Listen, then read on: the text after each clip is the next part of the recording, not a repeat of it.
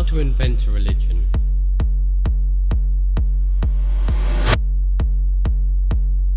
I always knew you had to be willing to die to even do this job. Can't stop what's coming. Executive orders. The creation and the maintenance of a secret government within our government. Is something wrong? With what? With anything. Feel like you want to rip your face off. There's something wrong with everything. I was so spun. What's the most you ever lost an acquaintance? The law of the jungle, sir. The most you ever lost an acquaintance? You don't know what you're talking about. Good son. I said, you don't know what you're talking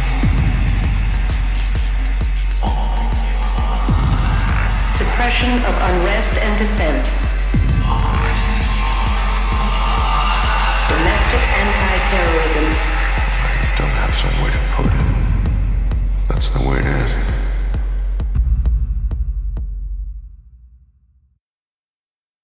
All right, it's Tuesday night. You know the ritual. Time for Blackballed, Rollie Quaid, right here on visionmedia.org. Got a very special guest tonight. We have the author of 11:9, no other than Philip Kraske, and he's here for his first time. Yes, here I am, Rollie. Let's start out with the main title, 11:9.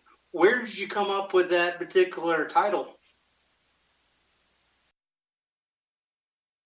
The funny thing is that the basic plot of the story is a false flag operation, as I believe 9/11 was, that provoked America into a war with in the Middle East, and in my story, it's to provoke America into a war with Iran.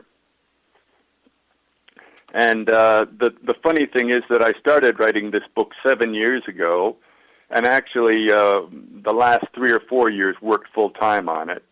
It went through a lot of changes, but anyways, I'm finally satisfied because at the end, as I say, 11:9 implies a terrorist drama, and the subtitle, and the terrorist who love bonsai trees, implies a comedy, and those are the two basic elements of the novel.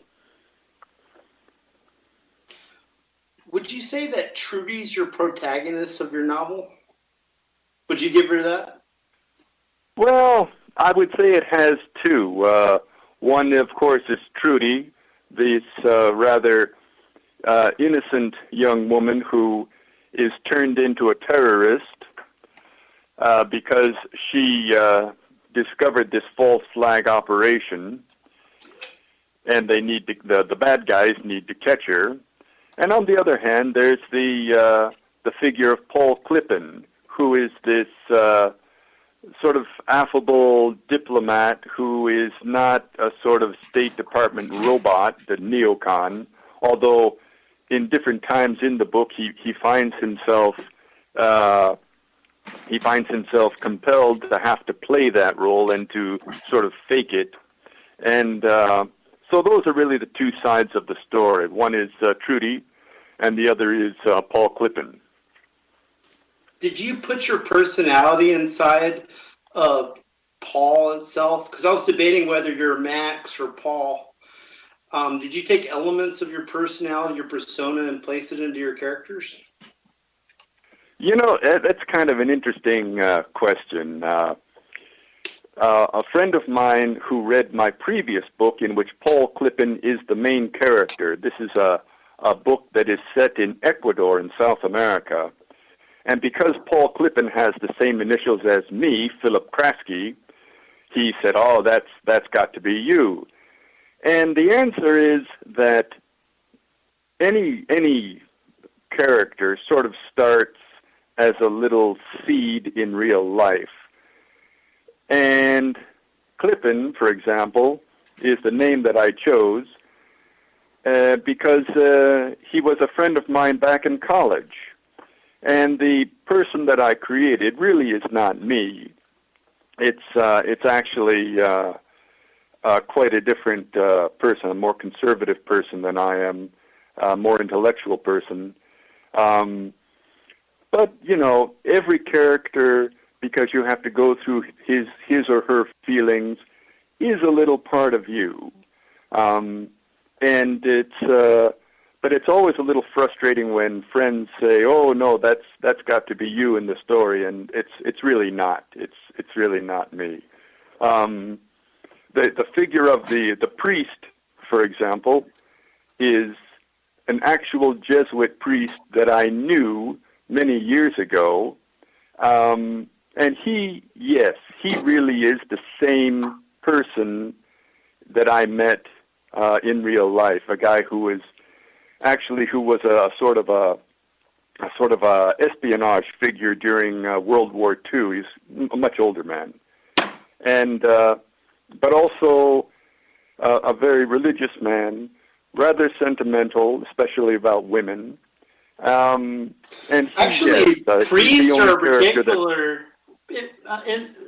priests are actually in particularly interesting intel personnel because they hear the church's confession all the time, and it's very interesting to point that out. I was going to mention, and I was wondering particularly about Judy. Is she the type of woman to ever go incognito, to ever try to hide from anybody? No, Trudy is a very straight up person, very much the same person inside as you see outside. She's a very solid person. But she's sort of been, not to spoil things too much for the reader, but she's sort of been compelled into this situation and has to fall back on her own resources. So it's a very unusual situation that she finds herself in. But she also has a very strong, courageous streak in her, which I particularly like. Yeah, she's a survivor. I mean, at the core, given her day-to-day grind, the drudgery of the day, she seems to just adapt to her background, but put her in a hardship, my goodness. She learns to adapt real quick, yeah. Isn't it right, Philip? Yeah, she was also a gymnast, and quite a successful one. She went to Cornell on a scholarship, and she her career ended when she had a bad fall on the balance beam, which is actually very common among gymnasts. Gymnastics, by the way, has one of the highest rates of injury of any sport. And the balance beam is one big reason. It's a very dangerous sort of thing to work on. You see those women doing backward flips on it, and boy, that takes a lot of cold blood to do that. It actually takes, when your child is a toddler, almost 2 years to just learn how to do a cartwheel. It's very coordinated to do gymnastics itself. Even the Romans and the gladiators did gymnastics before their battles. You saw that in the movie 300. And it's interesting that she became a warrior straight out of gymnastics. I've made that connection when I was reading the book. Yeah. But, it's one of the things that when you write a character and you think about it a lot because you spend years with these characters, you begin to sort of understand them more deeply, and you understand their characters more deeply. And they really do become different people, not you. They become, like your kids. They start out as part of you, and then they grow into their own person. And it's the same thing with characters in a book. Did you make a crime lab with pictures and strings connecting people and trying to keep it all together? Or is your writing process you do all inside your head, or maybe take some notes? It's all inside my head, actually. The only thing is that, especially with this book, I had a lot of trouble with the plot. And I had to keep changing the characters and so on. And when I take out a part that I'm not going to use, I just put it in this one file. And that file is about 150% the length of the present book of all the things that I took out. So it was quite a long process, very frustrating to keep changing the not knowing where I wanted to go with the book. And it's only finally in the last year that I wrote it that I finally had all the elements, characters, plot, everything all together. This is the fifth book you've written, and do you feel that every book that you've written before, or even this one itself, you feel like it's a part of you, like it's an extension of yourself?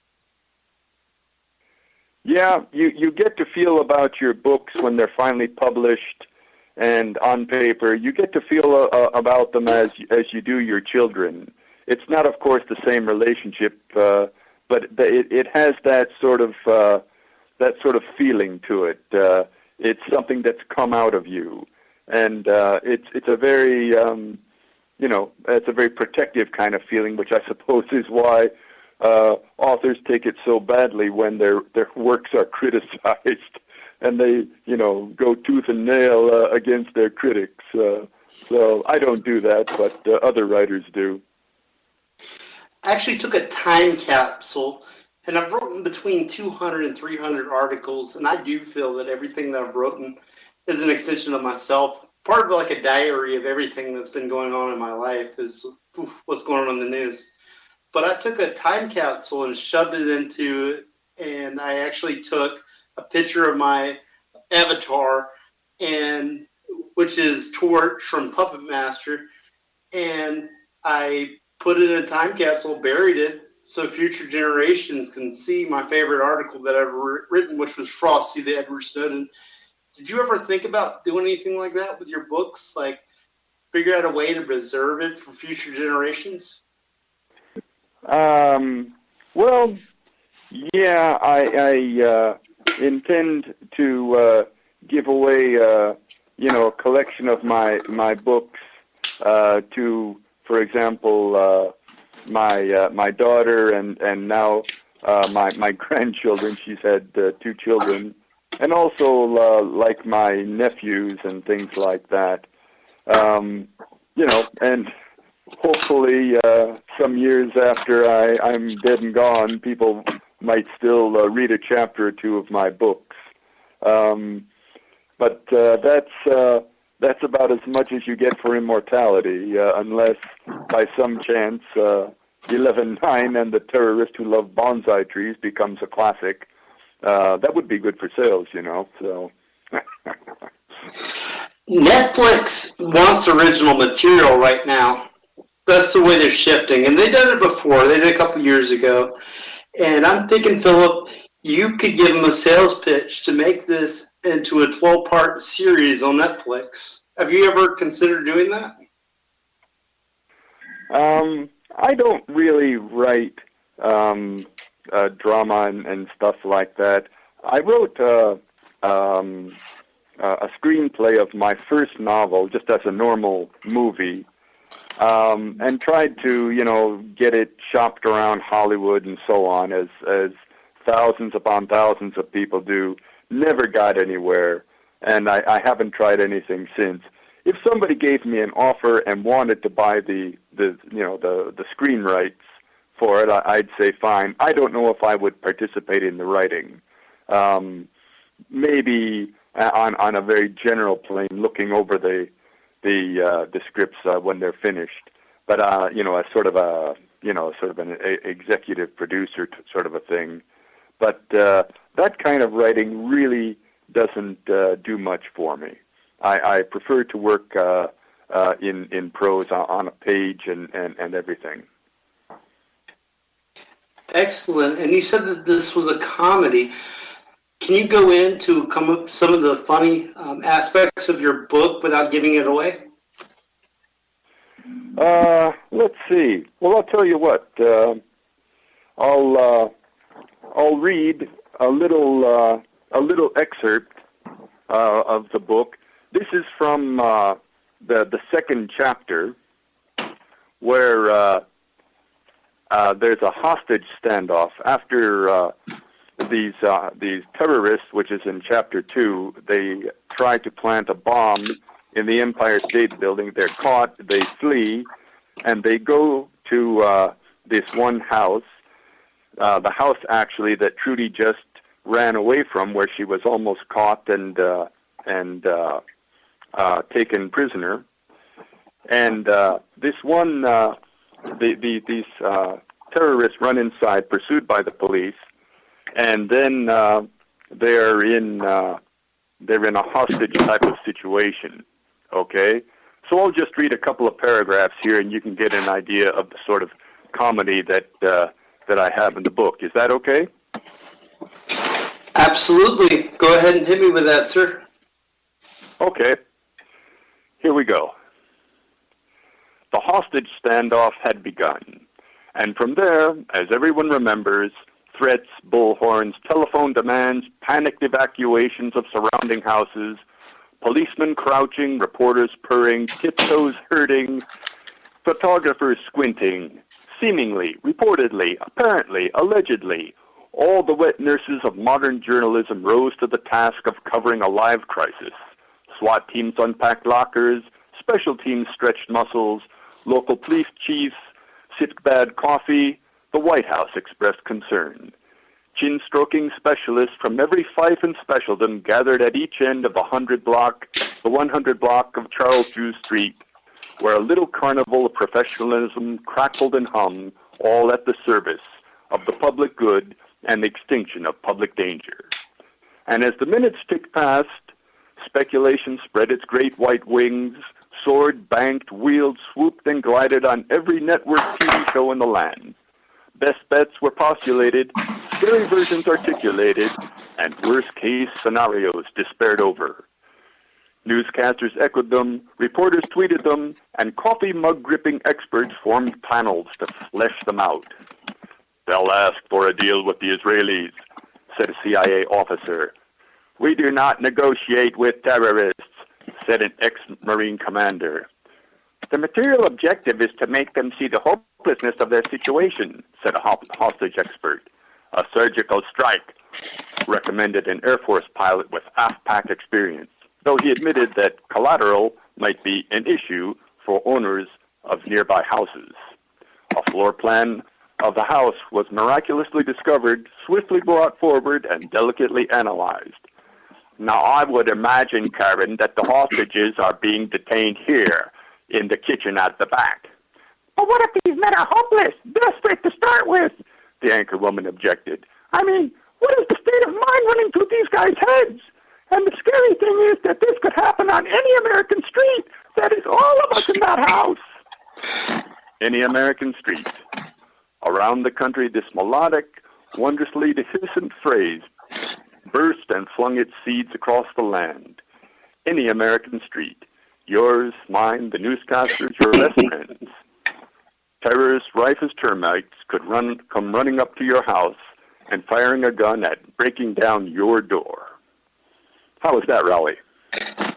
That absolutely put a smile on my face. That was fantastic. Have you thought about making it an audiobook? Like taking the time to sit and read it yourself? You could be the narrator. I would love to do that, and if the book, has some success in sales and gets a little buzz, I would love to do that. I love doing narration. In fact, here in Spain, I do narration professionally, and as sort of a sideline to my normal work, which is teaching English. When I read it, I got my own interpretation, of what was going on, and I was out of my seat, like biting my nails. I didn't get the comedic aspect of it. Now I really get it. Absolutely fantastic. How did your book get published? Do you self-publish? Yes, I self-publish my book. All of my books are self-published, and actually by an excellent publisher, Encompass Editions, which is based in Ontario, Canada. One of the reasons is just that the rat race of trying to publish novels is really awful. You write to these literary agents because, of course, publishers don't want to work with the unwashed writer. And these agents get thousands of letters every month. And, of course, trying to fight against that kind of stream is almost impossible. And so anyways, I've always self-published my books. And the other reason is just that, the publisher doesn't give you that much help in promoting your book. And also, what are publishers looking for? And the same as literary agents. They're looking for the next Hunger Games. They're looking for the next Harry Potter. And so if you come up with one novel, written by you, not a famous person, that they would have to promote and sell on and so forth, your chances are really awful. And so I've always self-published my books, not with great success in sales, but all right, with some, and people read them here and there, and I get good comments, and I've gotten good reviews of my books, and that's very gratifying to me. A guy asked me once, would you rather have $1 million for your book, or would you rather have 1 million readers? And I said, obviously 1 million readers. That's what I really like. I like connecting with people, telling them a story, and giving them something to think about. That's what it's all about. And the important thing is to get your book out there and get some people to read it. And that's even though I don't have tons of readers, the few that I have. Like I say, it's very gratifying to know people are reading my work. Well, you got me as one of your readers, and I'm a new reader, and I'm a big fan of your work, and it was an excellent read this week. Richard Dean actually said the only way to tell truth is through fiction, and we see so many events in the world, like, for instance, Running Man, and we wonder if art is being imitated by the media and the government itself. And the only way to tell the truth is through fiction. Richard Thiem nailed it. And that's something that I've been thinking about personally, is writing fiction. There's something about the medium of writing fiction where people don't take it as serious, or they're not so closed-minded when you're writing fiction about reading your work, where if you write a book, they read the first 3 pages of the subject and then they're just done. There's bias there. If I disagree with you, I'm not going to read your work. But if it's fiction, it's just for fun. It never really is just for fun. Nobody just writes a book just for fun. Yeah. There's always some sort of agenda, and they want to instill some sort of ideas that they have personally in their book and embed them in there. And that's what I want to do too. It's to propagate my worldview. And I was wondering, where do you get your ideas for your book before? Do you read 9/11 truth books, or I guess what they would? Yeah.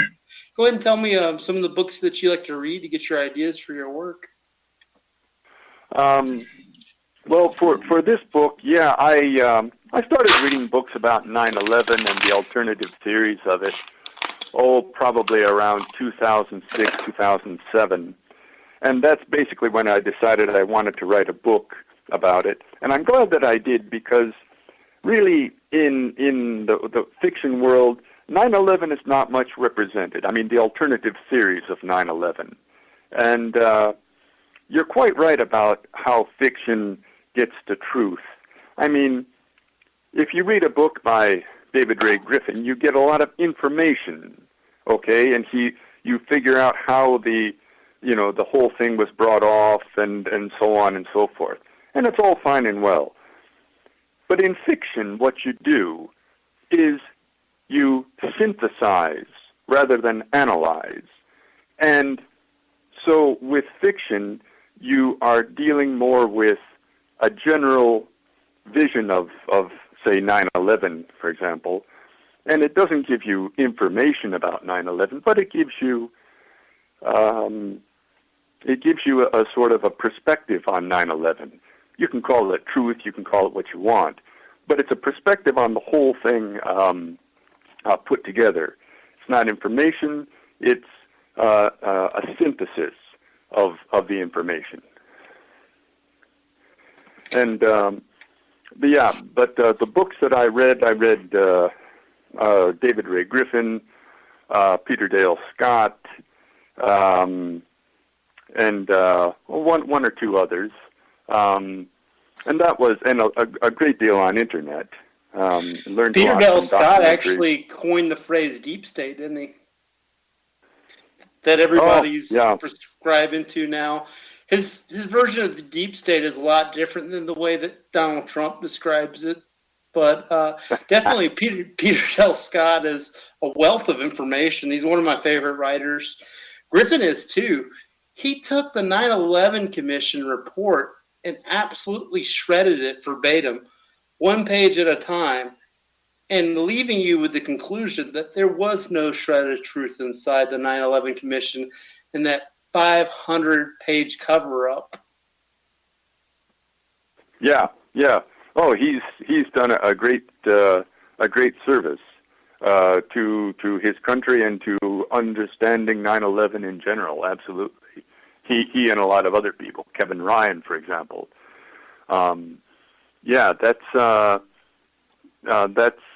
sort of analysis of 9/11, which is one side of getting of understanding it. The other side of it is, I think, is fiction, and that's when you understand the whole thing together. For example, in my book, I have a vision of the deep state. I have the people who are affected. I have the false flag operation. I have the repercussions and the politics that go along with the American response to the attack and things like that. And you see the whole thing together, and it gives you a very different perspective on, say, 9/11 than just the information that you read from a book. So, as I say, fiction has a very important part to play in these things, and that's one of the reasons I wrote the book. I felt that 9/11 had to have some representation in fiction. Ever since I saw the movie 3 Days in Condor, I think it was actually 9 days in the book, I always look for fiction to try to steer me into some truth that's going on in the world today. Try to make sense of everything that's going on, because there's so many cobwebs in our head about what's going on, and try to straighten out what exactly is going on. There's so much information. Our intuition is built on crunching raw data that we see every day with our five senses. And if you're force-fed garbage every day, like tabloids and what Kim Kardashian's doing, you're in an infantile state of mind. It's going to take you in a state of mind where you'll believe anything. So when these false flags going on, immediately people just take it at face value, but they kind of have a Brazilian attitude towards it. And I'm referring to the film that was made in 1985, where it's just a part of life. Life goes on. Oh. And there's no emotional response whatsoever. It's just business as usual, status quo. And it's amazing that there's just a small thread of us that are actually worried about false flags and want some truth in this 1984 come true. Also, or just understanding what 9/11 is in the larger sweep of history, and what its meaning is in history. For me, it's basically two things. First, 9/11 is part of the classic decline of empire that America is following. It's following the classic path of decline. And 9/11 marks the beginning, I think, of the drive for power of the military security sector. Now, in the decline of an empire, sort of the next to last step is plutocracy, which is where you have the government of the rich, which I think began mainly with Ronald Reagan.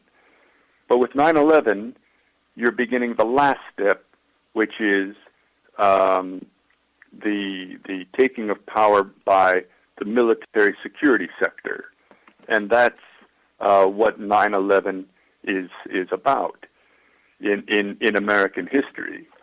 And then the other part of 9/11 in history is the purpose behind it. A lot of people say, well, they wanted to, they didn't have an enemy with communism, and now they wanted to find another enemy. And I think that's true, but I think it sort of misses the point. The point of 9/11, the people who did it, I think what they wanted to do was completely change the conversation. I mean, before we had communism, and that was represented by the Soviet Union. But what is the Soviet Union? It's a country. It has a capital, a currency, a government. It has borders. It has tangible things. But what is terrorism? Terrorism is a ghost. Terrorism is smoke and mirrors. I mean, it exists. It exists. But it's just a ghost. And you can say that anything is terrorism. Even these poor migrants who are coming up from Central America, politicians are calling them terrorists because that really, resonates with the public. But with terrorism, you can expand much more the military security state because it's, you're shooting at a blob, you're shooting at smoke. So you have to expand enormously the military security state, and that's why we have the new Department of Homeland Security, which now I guess is the third largest department in the government. And that's what 9/11 is.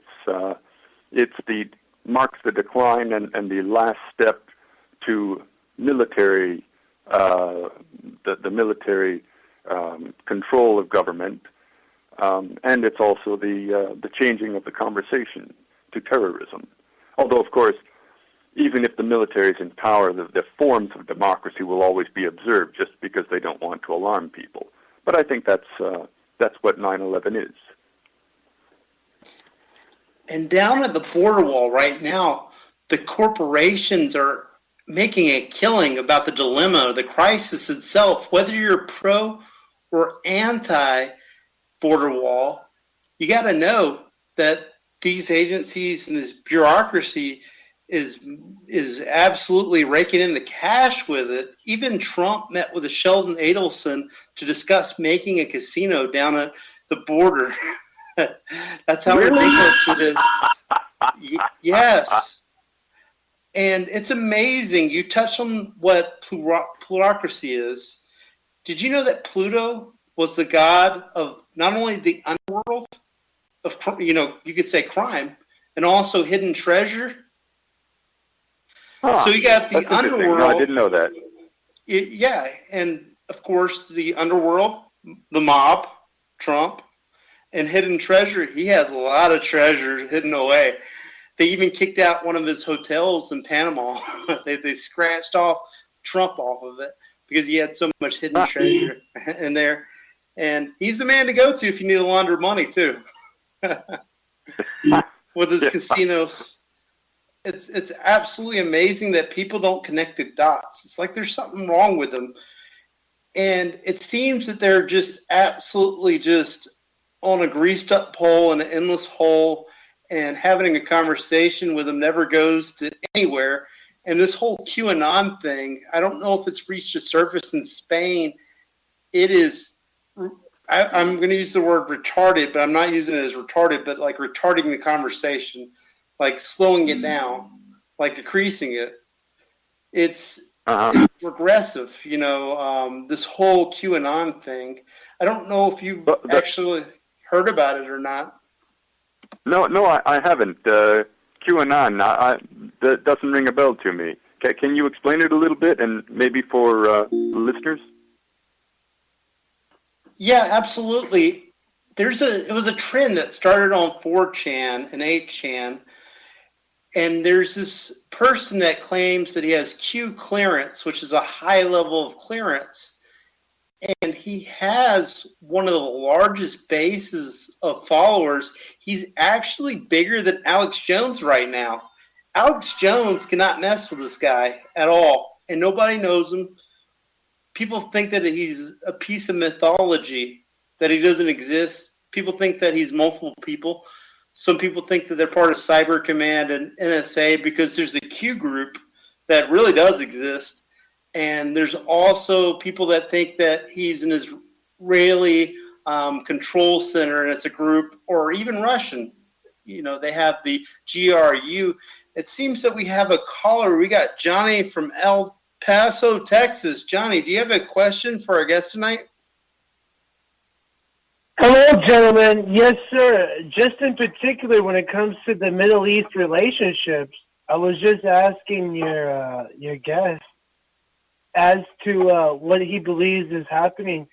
There's a lot of things happening with Russia, Turkey, Iran. I was just curious as to what he thought about the foreign relationships on that. Well, I think that Iran is being made a sort of a diversion and a scapegoat for all the problems that America has caused in the Middle East. As to Russia, I think they're trying to back up their ally, Syria, which I think is, a good thing to do. Russia and Syria have a relationship that goes back a long time. In fact, there's even a lot of intermarrying between Russians and Syrians over the years. And I also think that to some extent Russia is a bit of a victim in all this. I don't think Putin is such a terrible leader. I think he's actually a very thoughtful person, and I think he's been vilified in the press because it's very convenient for them to keep a tangible villain on hand. But I'm sad that relations with Russia have deteriorated so much. I don't think it's Russia's fault. I think it's our own fault, the United States. No, it's not Russia. Hey, Johnny. Johnny, let me ask Philip a question real quick. So Iran has been put in this awkward position that it's being called the number one state sponsor of terrorism, and it hasn't attacked any nation in 200 years itself. And it's the final domino, according to Wesley Clark.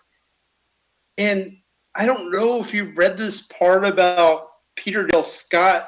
Are you familiar with him talking about what's called the Safari Club? Where he talks about three regional powers. What it is Iran, Israel, and Saudi Arabia all have a handshake agreement, and they're all part of what's called the Safari Club. And they're going to divide up the Middle East, where Israel gets Syria, Iraq, and gets Palestine, of course. And Saudi Arabia, in the agreement, gets Yemen, which they're bombing the hell out of right now, and gets Qatar, which they ostracize and cut off the border. And Saudi Arabia, you're not allowed to wear a Qatar soccer jersey, which is big in Saudi Arabia, in the Middle East, and Oman. And that's where, like, Iran and, the course of Hormuz, all connect, right? They could shut down the whole oil market. So Saudi Arabia is going to get that. In return, Iran gets all the stand countries, because all those countries, they have Persian blood. For example, a matter of fact, Pakistanis, are pretty much, they're ethnically diverse, but they all have Pakistani roots, the main tribes at least, and Kurdistan, Uzbekistan. There's a lot of stand countries if you look up on the map. Yeah.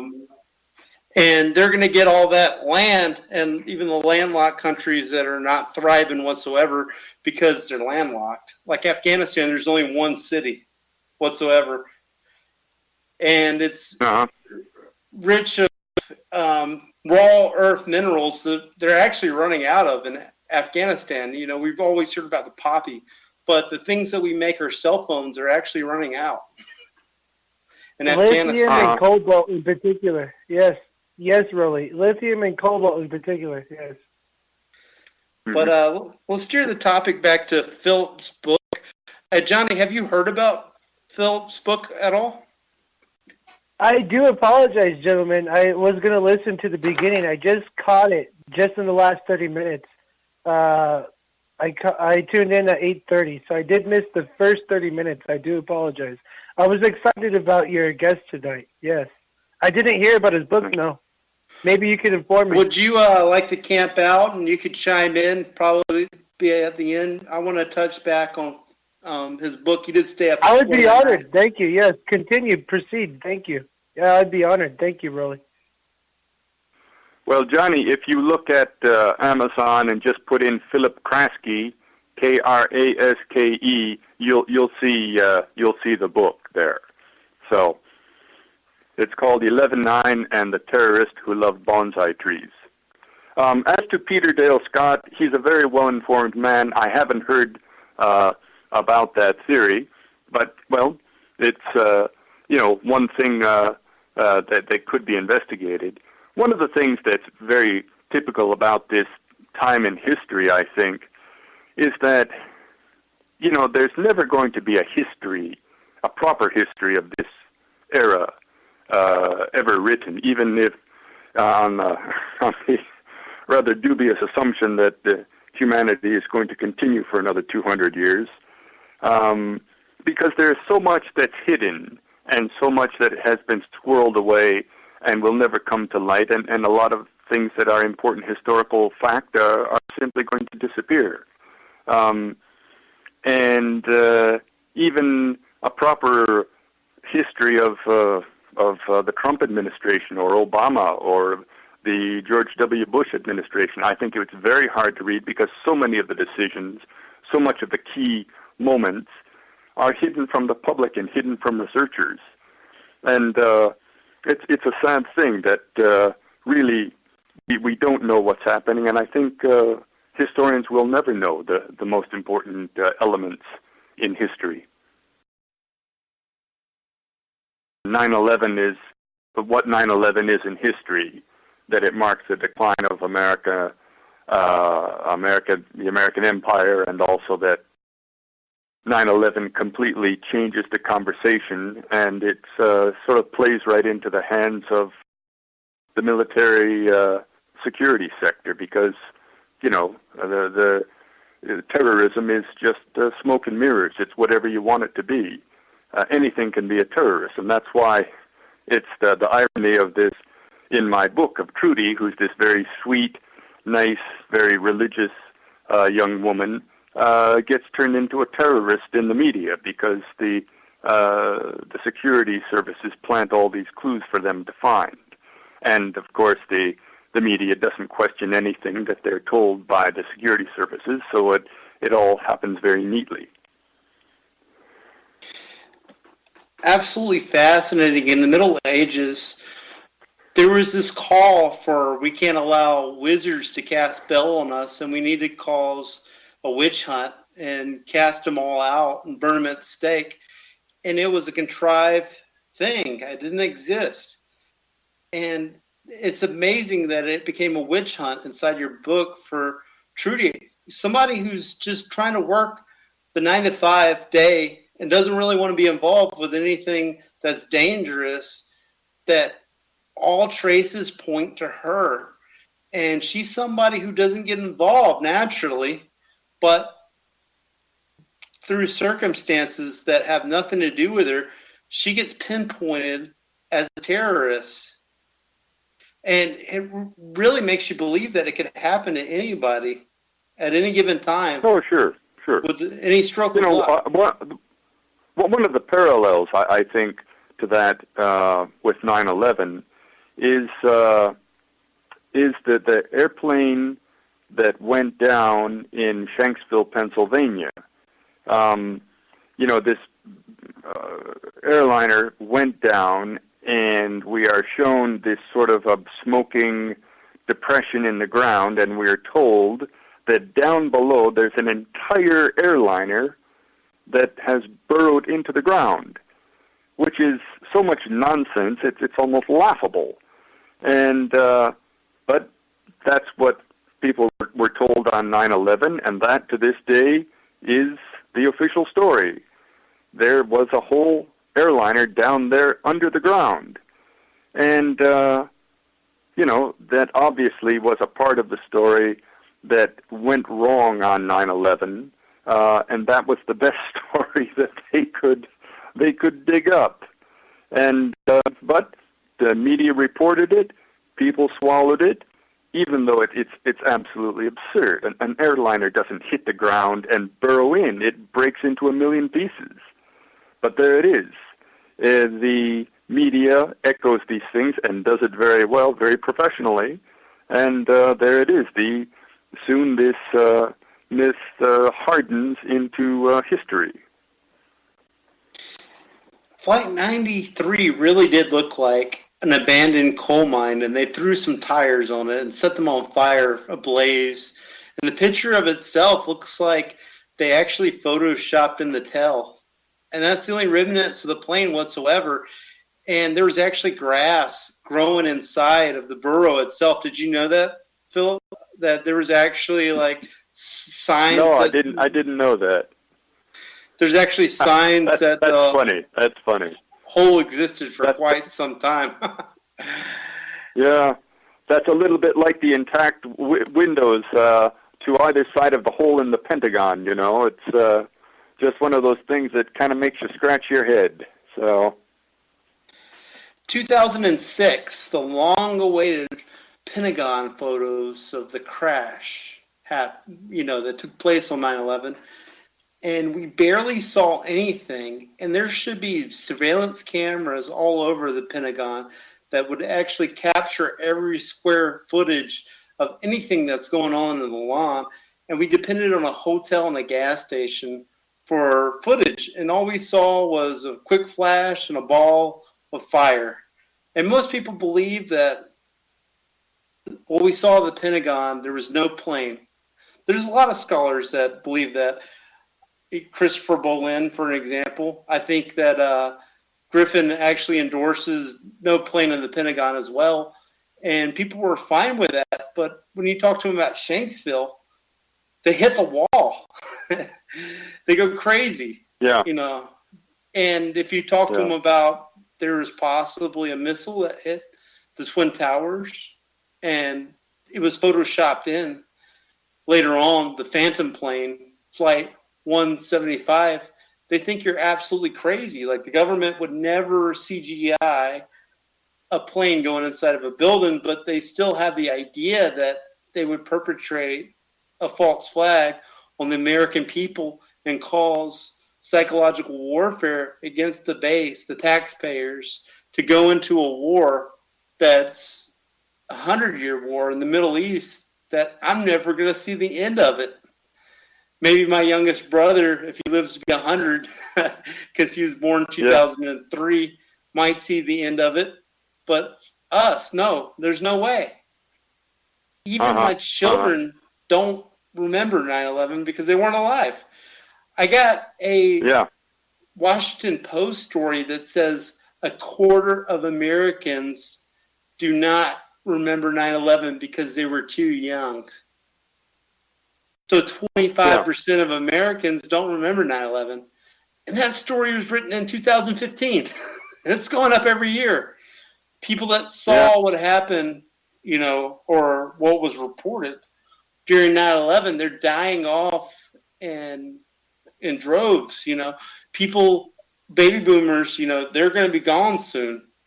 And that age of 60 and older, they're not going to be around to tell people what happened. And it's really disheartening to think that maybe there might be a false flag event even bigger than 9/11, or maybe it's not needed. People don't know what's going on, and they're ignorant, and they're unlettered. They don't read anything because they don't have time to, overwhelmed. And maybe they'll just go along with the idea of perpetual state of war. What do you think is going to happen as far as the general consciousness of world affairs? I don't see any inroads where it's going to get any better. Do you, Phil? Well, I guess in the first place, I think you're right. Especially in America, people are very ignorant of current events and things like that, and it's really pretty sad. However, I live in Europe. I live in Spain, and people know a lot more of what's going on in the world. And one of the interesting things that's happening in world affairs is that Europeans are more and more skeptical of the United States, and especially with Trump, do not have the same respect that they had decades ago. And the result is that Europe is slowly drawing away from the United States. They're slowly developing their own defense system. They're making their own independent moves, like, for example, with regard to Iran. They're making their own independent moves that really anger the United States. But I think in Europe, because people understand what goes on in the world much more, there's much more of a sense that Europe has to defend itself and not depend on the United States, which has proven to be not dependable. That's one of the things that's happening. But yeah, I think you're right, Rollie. It's a very sad sort of a situation in America. There's very little interest in current events, and even less in foreign affairs. People accept what they're told, if they even bother to inform themselves. And so the media here, the mainstream media, has all the power. It's slowly slipping. That's a good thing, but nonetheless, interest in foreign affairs is very low, and always has been in America. So America fights wars, and life just goes on in America. It's just, people are celebrating a booming economy, and everybody's making money, and everybody's happy. Well, okay, so much the better. But it's a country at war. It's hard to believe. Absolutely. We've become a service economy that's totally geared towards war, the military-industrial complex. Matter of fact, when the Pentagon was being built and the spade was being touched on the ground for the groundbreaking ceremony, it was on September the 11th, 1943. Another side of the Potomac, there was Charles Lindbergh, who was protesting essentially that these new office space being built for the the biggest war, the World War, being built, and he was protesting essentially the New World Order.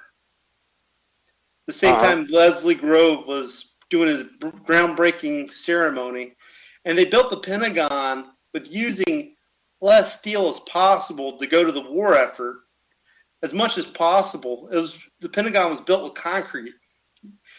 Matter of fact, they get around with golf carts because they don't have stairs, and they don't. I think they do have stairs, but they don't use steel-based anything as much as possible. And the elevators are raised with gurneys itself because they wanted it all to go to bullets and guns and tanks and war during World War II. And yeah, that was a war in which people were really involved in the war effort. But since then, all the wars have been fought abroad, and in places where people can hardly find them on the map. And that's one of the reasons Americans are so complacent about these endless wars. Although I think that's going to change, especially if the United States starts a war with Iran, because Iran is going to fight back. And now that we live in, a cyber society, I think that the possibility of cyber terrorism, a cyber attack by Iran is certainly possible. And then maybe that would really grab Americans by the scruff of the neck, and they would see what war is. That's, I think, a real possibility if there's another war. Yeah, like in the media, they censored out dead soldiers coming back in coffins.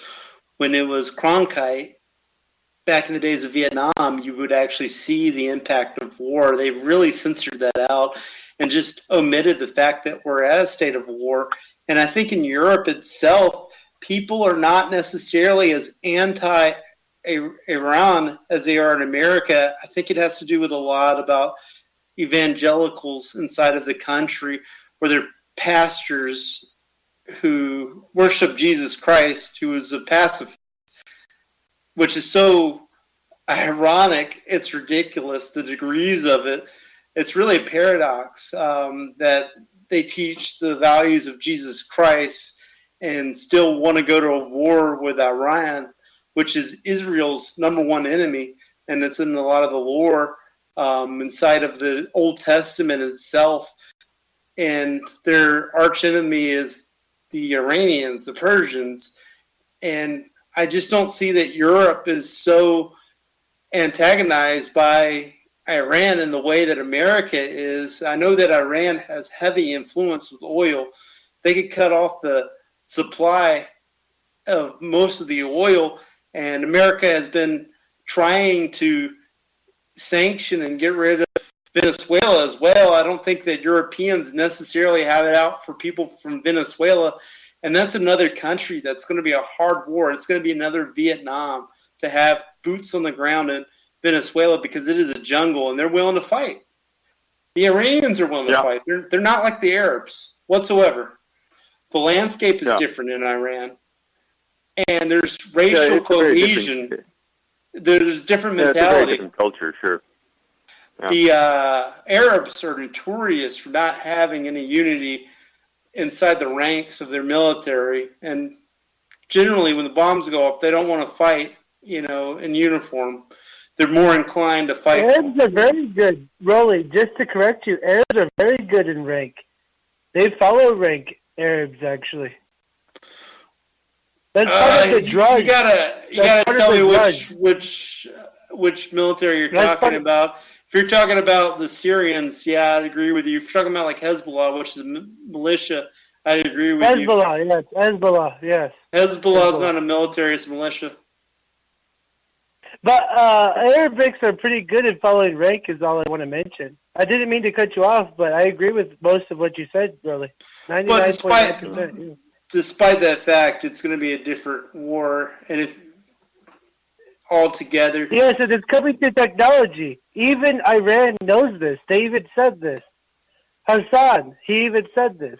He says it's all coming to communications within the Drudge, Syrian port, Persian Gulf area. The Straits of Hormuz. The Straits of Hormuz. That's where they take over the oil tankers, 2 of the oil tankers. Iran already understands this. I'm just talking geopolitical. It stung to high heaven as a psyop, though. It didn't seem like they really. It did. Yes, you're right. It didn't make sense. Yes, because they only had 12 crew members aboard of UK oil tanker. It made no sense. Yes, it's almost like they wanted Iran to attack to have reason. They were actually over Iranian airspace, and they were being shadowed by an American spy vehicle. And in order to egg it on, but Iran, being the chess players that they are, maybe being so connected to Russia, they like to play chess. America, we like to play Texas Hold'em. Russia backs Iran. So what now? I said Russia backs Iran. They support Iran. Where did you hear me at any point in the conversation where I said they didn't? I said being so. I do apologize. All right. Johnny, can you get off the line? I want to talk to Philip. Oh, all right. Yeah. Well, thanks for taking the phone call. I do apologize. Well, just one thing, Rollie, to say. Europe, you're right. They're very skeptical of America's position on Iran. And even in Afghanistan and Iraq, Europeans sent just sort of symbolic numbers of troops, and they were very restricted in what kind of action they could get into. And so Europeans, as I say, they're growing very skeptical of the United States and growing away from the United States. That's absolutely sad. I know that that's absolutely sad that the Europeans are moving away. There's a lot of anti-European sentiments inside of America itself. A lot of Americans who have been indoctrinated since birth believes that the ultra wealthy in Europe are influencing it and causing globalism, and that's our roots, Europe itself, and it's sad to see them distance themselves. There's a lot of discussion about Trump being an isolationist and, America first. Inadvertently, by his attitude and his mannerisms, he is isolating America. He's making America look very childish itself. And I don't know what to do. If we impeach him, we get Mike Pence. Will that be any better? Yeah. Well, at least Mike Pence wouldn't call the leader of another country Rocket Man and say a lot of very childish things like that. That's one of the things that has most turned Europe off. It's just the childishness of Trump. And if Americans can elect this guy, well, what are they doing following the United States? And then Pompeo wanted to buy Kim Jong-un a copy of Elton John's Rocket Man as a present to make up for the fight that they had during a Vietnam discussion. And Trump actually solicited to Kim Jong-un about making a reality show with him too. Worst of Enemies, Best of Friends show. Did you catch that? No, I didn't see that. One of the real advantages of living in Europe is that you miss out on a lot of the sort of silly things that go on in America, and especially the media frenzy. That's one of the real pleasures of living here. So you can't escape it. It's everywhere. You go to the gym, it's on the screen, beckoning you to watch it. You're at the pump. They have it at the pump for you to watch it. And the whole Mueller thing, the whole Mueller probe was a fishing expedition. It didn't go anywhere. It was a nothing burger. It was a total waste of time and energy listening to. That's true. That's true. It's amazing this era that it's always been that way. Probably with weapons of mass destruction. Iraq definitely has weapons of mass destruction. Even Colin Powell hold up a vow in front of the UN. There should have been light bulbs going off in people's heads. That's a sign. Colin Powell's a terrorist. He's bringing anthrax. You had to jump him. Of course, it wasn't anthrax. And did you know that Mike Pence actually during that era, he was one of the people that was given anthrax that they intercepted and wasn't killed? No, I didn't know that. He received anthrax. He did a press conference about it, and I gotta send it to you. I'll send it to you via email after the show. And it seemed phony and fake and staged, his press release. Because if I was sent anthrax, I would be up the wall. I'd be scared. I would be worried about my children. And I might want to lay low for a while, especially this time of panic.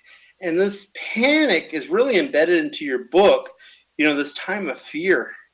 Something that I've lost when I was a child, when I was in homeroom, and on 9/11, our school in a country town that I used to live with, that was an hour away from Fort Bragg, and it was the first time we had TVs in school.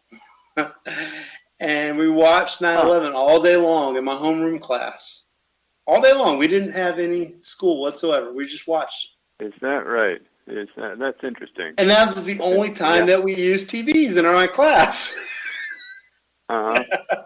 When I was a kid, the time that they brought TVs into class was during the Watergate hearings, and we got to see, which was really an education because you got to see how, a Senate panel worked.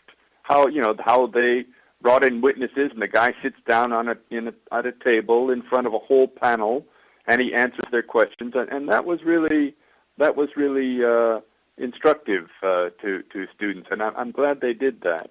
It's one of the first things that got me interested in politics was the Watergate scandal, because I was would have been 13 at that time, and that was really a sort of a game changer for me. Did you ever hear the theory that the Watergate came about because Nixon and Henry Kissinger did not do enough for Israel in 1973? And it was a revenge? No. I never heard that. I think it was Peter Del Scott, a matter of fact. Mm-hmm. Yeah. No, the understanding that I had of Watergate was that Nixon was particularly concerned about getting some documents back about how he had contacted North Vietnam and said that he would make a deal with North Vietnam if they didn't make a deal with Johnson, because Johnson was apparently by 1968 closing in or getting closer to an agreement to end the war with North Vietnam, and Nixon got word to the North Vietnamese that he would give them a better deal. And what he was worried about in the Watergate break-ins was getting back those documents, which apparently he thought were in the Watergate Hotel. And that's why they broke in. So that's what I heard. Did you hear about Nixon trying to break in and get into Daniel Ellsberg's psychological records in a psychiatrist's office? And that was part of Watergate too. Did you know that? Yeah, I've heard that. Yeah. Mm-hmm. Have you ever heard the name Douglas Valentine? He's a writer, and he wrote about Daniel Ellsberg, and it was in his book 9/11 or CIA as Organized Crime. He actually wrote an interesting piece that became an article and part of his book, calling Daniel Ellsberg a drug dealer, and he actually stole a mob's wife away from him. And it gave me a different account because Daniel Ellsberg took LSD and was connected to the MK Ultra program as well. And Nixon knew that and was trying to blackmail him any way he could, because Ellsberg came out with the Pentagon Papers, which was damning to the war effort itself. It was a stack of papers that Daniel Ellsberg scanned off, and I don't know how many trips he had to take to get that into a briefcase. Is that what he did? He took it in a briefcase one by one, like segments of the document? Yeah, something like that. He photocopied the whole thing. Yeah, I'm not sure exactly what it was, but I remember him talking about, well, the photocopier was the top of the line of technology back then, and so that's what he had to use. But it's kind of a strange story in American politics. Rollie, can I ask you a question? Just since you're a reader, in your experience, what are the best political thrillers that you've read? I mean, besides mine. Best political thrillers. William S. Cohen, who is part of the Bill Clinton administration, I read, but I've been implanted so many more ideas in my head since then, where I forgot the crux of the book, but I wasn't reading it with eyes of trying to be entertained. I was actually trying to find information. So usually when I read a book, I look at a clinical point of view of, I don't want to be entertained. I'm trying to pull out sources for a show. And that's become the crux of everything that I do. That's one of them. And I really like William Gibson. And oh yeah, mm-hmm. you know, a lot of the books that he wrote about the dysphoria of New York, and he based his villains all mostly off of Donald Trump, which is ironic because he wrote a lot of them in the 1980s. And during the time, you know, Trump bankrupted New York, people would say. That's what people said. You know, not necessarily it was all him, but that was kind of the idea. And another writer I actually got my last name from was Philip K. Dick. That's one of my favorite fiction writers. There's the Total Recall, which was a short story that he wrote. We will sell your dreams wholesale. And people call me Quaid all the time because they say my whole life is a conspiracy. But boy, my dad, that's a heck of a reputation to live down. My dad actually named me Rollie, and it was based on Rollie Tyler, which was a protagonist of not a novel but an actual movie, which was Murdered by Illusion. FX, which this FX guy got hired by the DOJ to stage a mob hit because there was this mob head that wanted to get out of the business, the whole line of work. He wanted to retire. And he staged an assassination. And this is the time before CGI. And made it look like he died. I don't want to spoil the whole thing, but it was ironic that I stumbled across that and used Total Recall because Total Recall was the last practical movie ever made with visual effects. Ever since then, it's all been CGI. You know, at some degree or another. And they had the same girl, the same actress, Rollie Tyler. And in the movie Total Recall, it's the half Puerto Rican woman that lives on Mars, you know, Gypsy. And Philip K. Dick is a great author. He made, you know, Minority Report talking about precogs. And that's going on right now. People in the tech business want to know your thoughts. Even that they're actually building that technology to scan and read what you're thinking. And Tesla is coming up with that with Elon Musk as we speak right now. And it's that indicator. Is fiction imitating reality or reality imitating fiction? Yeah. You know, with all these things about CGI and, you know, that they can take a sampling of your voice and then make you, you know, make you say sentences and things like that. And with digital photography, they can make it look like you're in bed with the Queen of England and so on and so forth. It sort of makes you wonder if any proof is going to be of a crime is going to be possible in the future, because the accused person can say, well, that's all just a faked recording. It's a faked picture. It's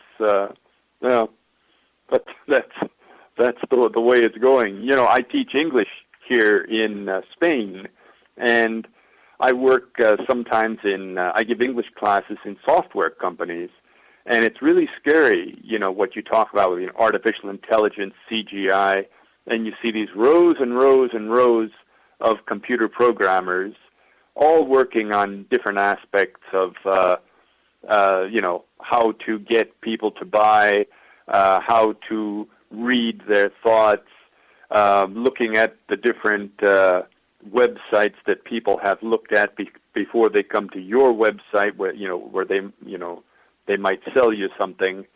And it's really quite a scary sort of a climate. And you know, I've talked to some of these programmers about it, and they say, well, you know, that's the job they want me to do, and I need a job, and what else can I do? And it's really sort of a dilemma a lot of these people find themselves in, doing work that, especially as programmers, that they really don't agree with ethically, but they have to do it because that's what the company demands, and that's a real sad dilemma for a lot of people who want to do work that benefits society, of course. But yeah, that's one of the interesting things that I see as an English teacher. I teach English in a lot of different companies here in Spain.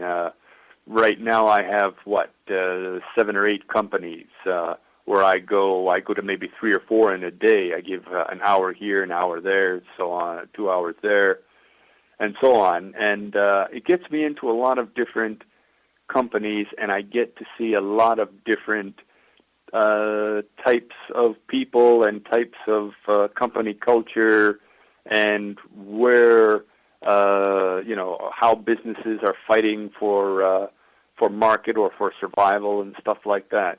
It's one of the good things about living here in Spain. It's in my work, I've really gotten to see a lot of how businesses work. It's really quite interesting.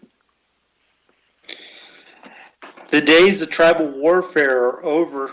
It's now the corporate warfare. They talked about that in the movie Rollerball, the 1974. Yeah, that's right. And they that's had right. the corporate. James Bond, you're right. They had the corporate anthem before the games. They stitched the American anthems and salutes, and it just became all corporate. And it's amazing. You're touching on the deep fakes. Did you know that during the Democratic debate, they actually took a zit and plastered it on Tulsi Gabbard's face, and she doesn't have a zit. They do dirty tricks like that. They did a what? They CGI'd a zit on Tulsi Gabbard's face. She does not have a zit. They were doing that with Ted Cruz, where he had a piece of dead skin on his lip the whole time. And then he all of a sudden starts talking, and then he eats it.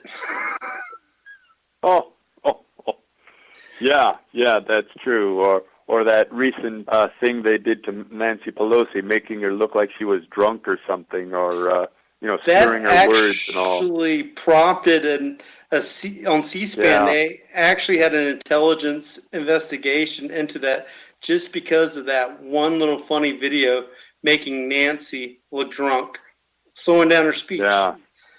And if you get the gist of this 3-hour presentation on C-SPAN, it's the death of comedy. They want to make sure that you can't take a picture of, that famous picture with Elvis Presley and Richard Nixon shaking hands when they met each other. People have been replacing it with a different head of state, like Kim Jong-un shaking hands with Nixon. They want to get rid of that. Yeah. Because they think that people are gullible, which they are.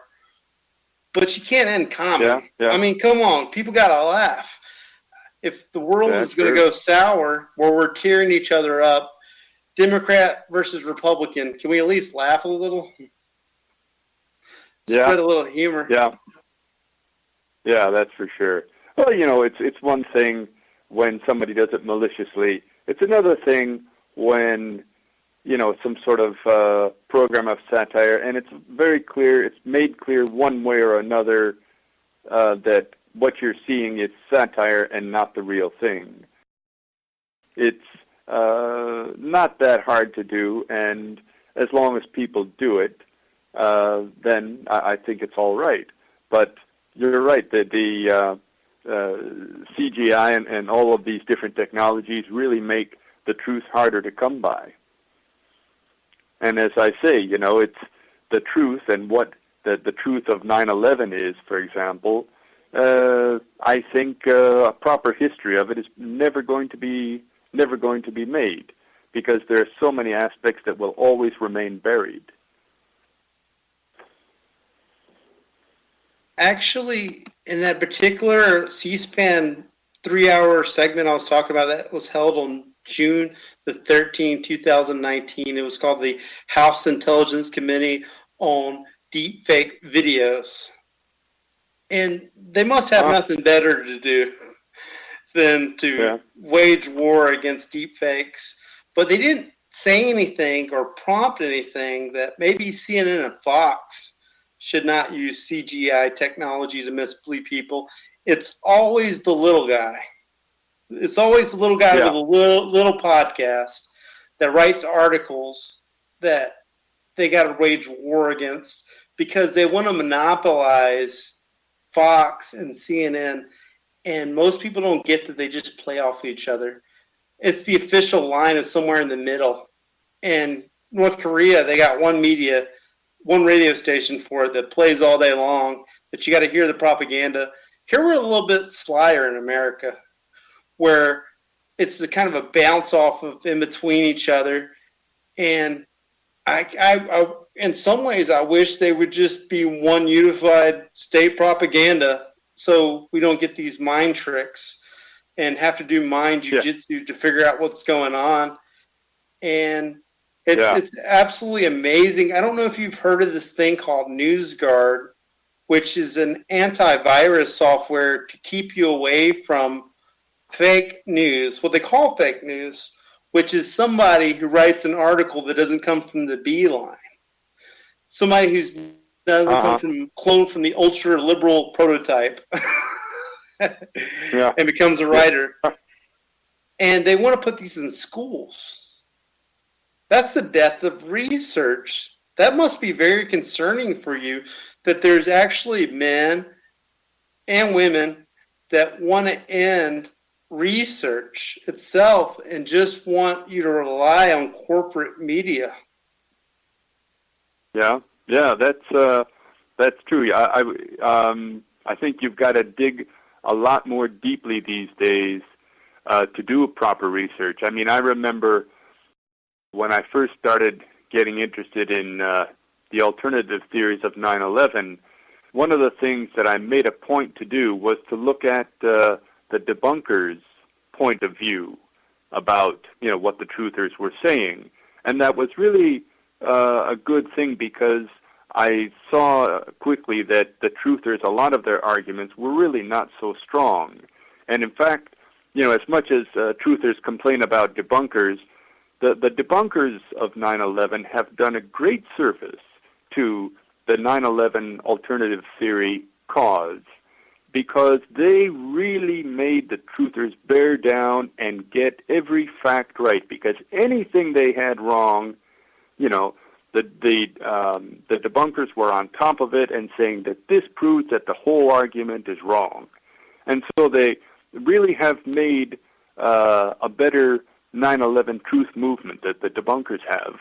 And that's one reason that the 9/11 truth movement continues and is getting stronger, because they really did have to, be clear and careful about every fact, every theory that they made, because they were going to be, nailed on any inconsistency or wrong fact that they had.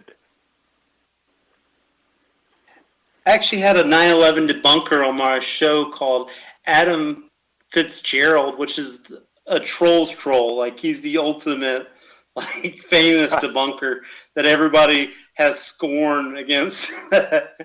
Yeah. So I let him say his grievances. He kind of does this thing where he tells you, I got information about 9/11 that you've never heard before, but I got to spend 2 hours to tell you it. So he strings you along and eggs you along, takes you a big road to nowhere, and then leaves you. He bans you from Facebook, and then your email, he puts you in spam. It's absolutely amazing, the dirty tricks that even truthers use on each other. There is so many theories about 9/11, and there needs to be some sort of uniformity. Because if you have one dimension that's different than another 9/11 truther, they feel like they have the full package, that they actually have the doctrine written. It's divine law. It's gospel. My theories about 9/11. And if you touch on that one iota, banish you. Yeah. And it's amazing that people that are not 9/11 truthers, they're not necessarily debunkers. They don't really know that there's just so many theories that 9/11, there's points of contentions of it, and we duke it out all the time. And we waste a lot of energy on it. And there needs to be different mediums of it, of expression about 9/11. And you did it. You did fiction. That is something that we need to take this creative energy and not drain each other and find different ways of expressing ourselves about what happened on 9/11. Mm-hmm. Yeah, that's like I say, it's one of the reasons that I wrote the book, and I think that in particular, one of the things that I touch on is how public opinion and the perception of what's going on is so easily manipulated. Without spoiling anything, I'll say that towards the end of the book, the official version of what has happened with this terrorist attack on the Empire State Building, and later on the hostage standoff, and Trudy being called a terrorist, all of that has to take about a 180-degree turn and be retold in the media. But this entire process of remaking the official version of events comes off very smoothly, because it's all done very carefully with first a few leaks of the official investigation, then special prosecutors giving a few hints, and then a reporter gets an exclusive on some different aspect of it. And towards the end, the entire official version is remade, and nobody objects, and it all comes off very smoothly. Just as I say, with the airplane that went down in Shanksville, they told the story, and even though it's patently absurd that an airplane could burrow into the ground and disappear, everybody accepted it. And that's one of the nice things, the things that particularly is satisfying to me about the book, and that relates to 9/11, is how easy it is to manipulate the public if the story is told right and if it's done by professionals. And one of the things that I also talk about in the book is how these reporters, everybody criticizes them, and they're being told to say this and not say that. I don't think that's true at all. Reporters know instinctively what they're supposed to do, what they're supposed to say, how they're supposed to report, just by looking around at what happens at their television network or their newspaper, and they know how to handle a situation like 9/11. And I think it's, really sad, but they are not going to risk their careers by saying anything that's, off the beaten path. I'm sure that after 9/11, in the years afterwards, there were a lot of reporters who were quietly contacted by people who knew things about 9/11. And of course, the reporter listens to what these people say, and he's thinking, oh my God, I've got a Pulitzer Prize here for the taking. And so he writes up the story, and he goes to his editor, and he says, look, I've got a guy who, he was there when they were putting the explosives in the building. He's one of the explosive experts. And the editor kind of rubs the back of his neck, and he says, yeah, it's really good, but, this is really explosive stuff. I mean, this is revolution. If you want me to put this in the newspaper, you got to come back to me with two other guys who were there, and they're all willing to go on the record in the newspaper and say this is what happened. And of course, the story, ends up on the spike. It doesn't get out. And I would imagine that happened with a great number of stories about 9/11 that will just never be told. Absolutely. Another prime example of that is Phil Donahue. He had an alternative interpretation about what happened on 9/11, and he was just written into the dustbin of history, just totally forgotten about. Never got never was a source again. Everybody just forgets about him. He's dead. Hollywood blacklisted, media blacklisted. Yeah, Everybody. after years and years on television. I remember watching him on TV when I was a boy, and he said the wrong thing, and boom, he disappeared the next day. The same thing happened to Ed Asner with his program Lou Grant. They had 5 successful seasons. Asner said the wrong thing in an interview. I don't remember what it was right now. It was something during the Reagan administration. And boom, his program was canceled. And, you see that kind of censorship now happening on Facebook, YouTube, Google, and it's sad to see, but it's the same thing.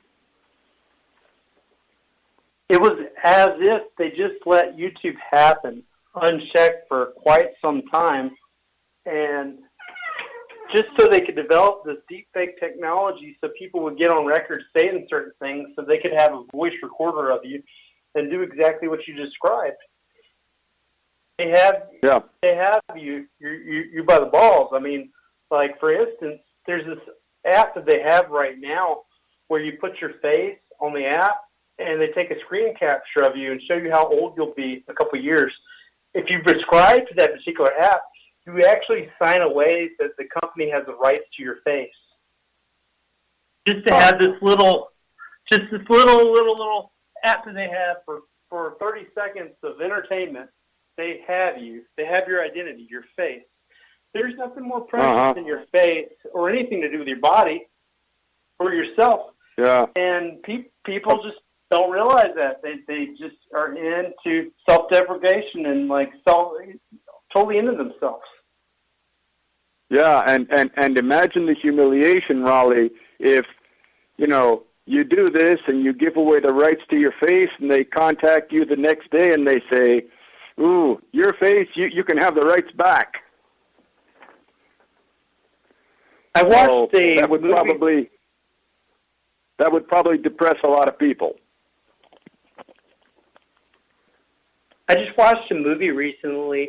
It's called Unfriend. There was a one that was called Unfriend that came out earlier. This one's Unfriend Dark Web. And there's a character on the show that does podcasts. And they're all conspiracy podcasts. And the whole movie's on a laptop. So you're just seeing one person scream of a laptop. And what happened in this particular movie was somebody dialed in a threat, and they took the sequences of his voice of things that he said in different videos and pulled out, my name is, where he did like the broadcast of his show, I'm going to take an AR-15 and shoot this place. And it was from a different recording, like a Songify or something like that. There's going to be hackers that can actually blackmail you in that way. I know for a fact, like pedophiles like the child tracking services, so they know where your child is because they hack it. There's no technology that's going to be untampered with people that can do very horrible things with it. And if you got your voice, your face, and your location, by satellite, there's a lot that can happen. And this whole idea of I could get a microchip that's big as a grain of sand in my arm, and I could buy all my currency, and nobody could rob me. It's so stupid because people can amputate you and use your card easy. Do you really want to give them that incentive? Criminals are going nowhere. Yeah. Well, it kind of makes you long for the days when you just had the local pickpocket who took your wallet. At least it's just your wallet; it's not your arm. So. Did you know that's where the Rothschild kids got their start with pickpocketing? Like guys with pocket watches in the square, and they gave all that money to their mayor Rothschild, and that's how they built the Rothschild empire, was through pickpocketing. No, that's pretty good. That's pretty good. Yeah, I have to be a little careful about that though, because one of my former clients was the Rothschild Bank here in Madrid, Rollie. So I got to walk a little delicately there. Okay. I'll actually tell you this later on. There was a particular PR group that did not like one of my articles, and truth be told, there was a mistake on it. I messed up on one of my articles, and they told me to cease and desist immediately, or further actions will happen. And the article was about Rothschilds and Bitcoin. And my bad. I'm sorry, guys. I messed up. Yeah. But yeah. So yeah, with that kind of thing, you got to be pretty careful. Yeah, definitely. And is there any more aspects of 9/11 that you would like to touch on? We have 10 minutes left of the show, and I will give you the floor. Well, let's see. As I was saying about its part in history, and about how in my book, I don't deal directly with 9/11 at all, but I hope that when people read my book, they can apply some of its lessons, some of its ideas to 9/11 and what happened, and what it means as a whole. Because in my book, I present the deep state, I present the truthers, I present the victims, the false flag operation itself, and I hope that it's a read that will not only entertain people, but will also give them something to think about. Somerset Maugham, the great British writer, they asked him, what is a novel? And he said, a novel is a form of intelligent entertainment. And I think that really sums it all up. It's a work that appeals to your intelligence. I mean, if it's a novel worth reading, as many, of course, are not. And it's entertainment. It's both things. And as opposed to, say, a movie, which basically has the objective of sort of blowing you away, of evoking a great passion. A novel is something that you read little by little. You sit down on the bus and read it while you're going to work.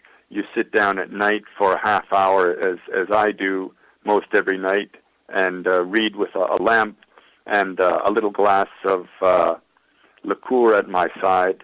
And it's a very civilized form of entertainment. And it has a lot of, I think it has much less bullshit, if it's a novel worth the name, because it doesn't try to lie to you by showing you a lot of special effects and this and that, because at the end, what are you doing? You're sitting there looking at a page of print. And that's a very honest way of putting it. This is not real. It's just happening on print. And so there's no trickery, there's no cheating, there's no dishonesty. And so it's a form of entertainment that I have always particularly liked because it's honest. And it's an appeal of one person telling a story to another person listening to the story, reading the story. And that's what I like about it. So I hope that when you read it, you also had some sort of feeling of being appealed to as an intelligent human being, Rollie. I was off the chair. My nails were biting each chapter. I was wondering what's going to happen with the bonsai itself, and it's a very symbolic thing. The bonsai. I mean, that's like a symbol of Imperial Japan, and I was kind of wondering how the Japanese going to be tied in. Who knows else? The Russians, Yeah. But we have. Well, one of the things that I sort of worried about is that bonsai trees, the little tree in a pot, which is actually what that means in Japanese. Bonsai is tree in pot. I was worried that people, might not really be able to relate to that, because I've never seen much of bonsai trees in America, a few times, but it's much more popular in Europe. For one reason, because Europeans live in apartments, and if you want a tree like me, I live in an apartment, and I'm from Minnesota, so I've got to have trees around. You've got to have bonsai trees, and so I'm a big bonsai fan myself. But I was sort of wondering if people in America understood what a bonsai tree was. They have kiosks inside the malls in Minnesota with bonsais, but a lot of those businesses went under. I don't think it's really that popular. Every once in a while, you'll see the Zen gardening things where you take like a mini Zen garden and you scrape it around and try to get a therapeutic stress reliever. But I haven't really seen a lot of Asian culture inside of Minnesota besides the Hmong people, which they have their own mall, but I never see white people bringing any of that merchandise inside the house. So that's very interesting too. But I was wondering, how did you hear about my show Blackballed? Let me think. Actually, I've been trying to promote my book and doing radio programs, interviews. So I just looked up, for example, maybe Richard Gage, who is one of the big crusaders for 9/11 truth, and I looked up what shows he'd been interviewed on, just on internet, and I wrote to them. Very few, of course, have called me back or written me back, and so I'm quite grateful to you and your program, Rollie, for giving me a chance to, get my word out to the public. But that's about it. Just looking around to see where other people have been interviewed, who reviews books, stuff like that. Getting publicizing a novel, getting people to buy a novel is much more difficult than writing the book, I can tell you that. But that's basically the story. You probably had somebody on your show earlier who was connected with 9/11 Truth. Ooh, I had Dr. Jim Fetzer on. I had Stephen Dayock. I had Dean Hartman. That's probably the three biggest 9/11 Truth researchers that I've actually had on my show before. But I reached out to numerous amounts of people. And it's amazing, when you build a platform, they will come. It's kind of like angels in the outfield, because there's not really that many platforms doing conspiracies nowadays. They used to be bigger 10 years ago. Yeah. And a lot of people are really inclined to just be part of a show because there's nothing else out there. And it is a chore to keep a podcast going. You have to do it every week, regardless of you got the flu, shit hit the fan with your family, vacationing, all those things. Because if you miss 1 week, you could lose viewers. Well, we do have Johnny. Johnny, do you want to ask our guest one more question before we wrap up the show? Well, I would most definitely have the pleasure to. Thank you, Rollie. He was been talking about your guest, the relationships of 9/11 in the Middle East. All differences aside, what do you take from what's about to happen with the new relationships of Turkey, Iran? Obviously, that's too much. That's too much for 3 minutes, Johnny. We're wrapping up the show. Wait, hold on, sir. Let me just fine tune this. My question is we already know about the conspiracies within 9/11. We're seeing now new relationships develop between Iran and Turkey. My only question is how do we see the new relationships happening in 9/11? That's my only question. And it's a broad question, but this is the main question that's been happening since 9/11. And most recently, we're seeing now new relationships within the Middle East. And my question would be is how do we, what should we foresee as America's future, the Middle East future within relationships of comrades? Iran in particular, Iraq, obviously this is how the Middle East war started since 9/11. Well, I guess I just answer very simply, Johnny. I think it depends a great deal on two things. One, what happens with Saudi Arabia, and second, in Yemen, and what happens with their internal power struggles, and two, what happens with the next president.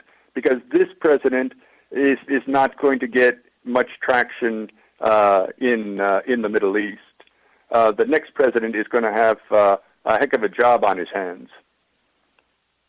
Yes, this may need to turn into another episode because I do have questions as to Benjamin Netanyahu in Israel. He did not win the elections, but that's a big part on foreign policies within the Middle East. So thank you for taking the time.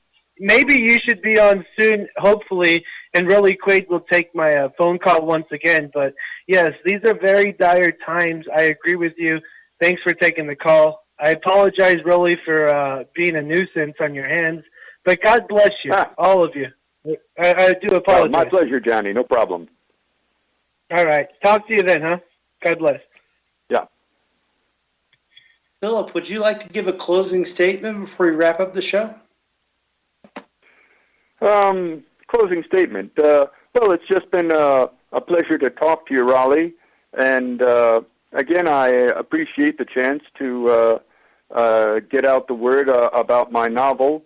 And even if, a person maybe takes a look at it on internet, puts it down, doesn't get it, I always appreciate that people take a look and give me the time for consideration.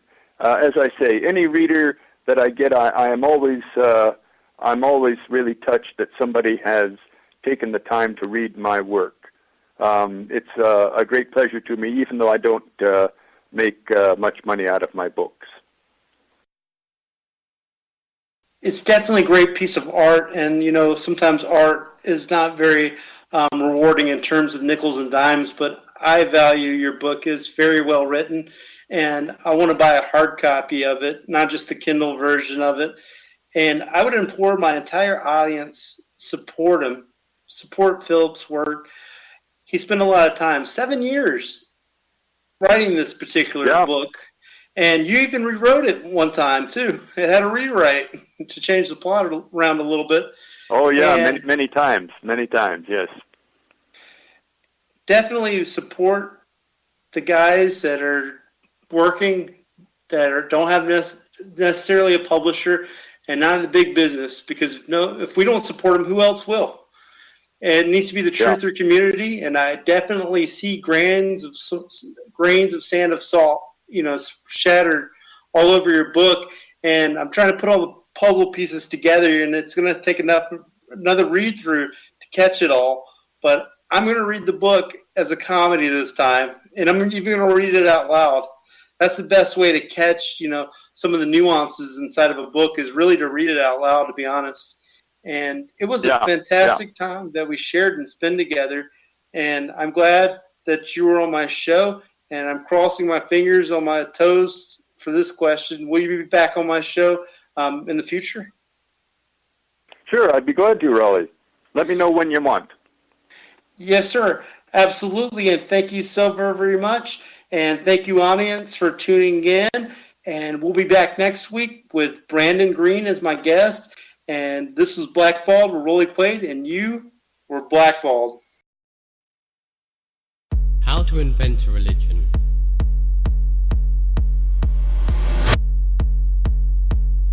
I always knew you had to be willing to die to even do this job.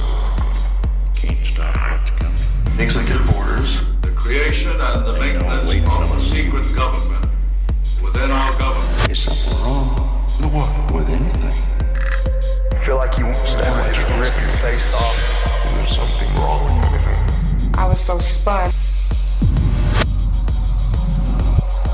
What's the most you ever lost an acquaintance? The law of the jungle. The most you ever lost. I can't touch. You don't know what you're talking about. Good son. I said, you don't know what you're talking about.